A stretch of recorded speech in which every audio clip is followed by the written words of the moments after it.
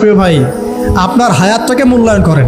আজকেই তওবা করে ফিরে আসেন, 5 ওয়াক্ত নামাজি হয়ে যান, সময় অপচয় বন্ধ করেন, যৌবনকালটাকে কাজে লাগান, সিরিয়াস হন, জীবনটার ব্যাপারে সিরিয়াস হন।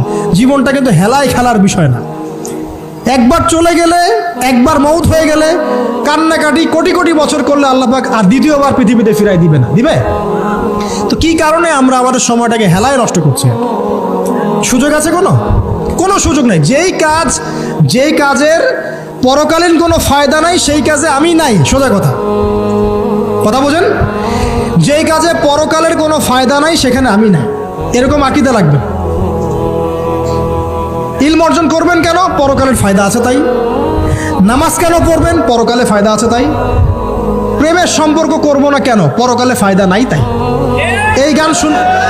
এই মিউজিক শুনবো না কেন? আমি পরকালে কোনো ফায়দা নাই তাই। আমি অহেতুক এসব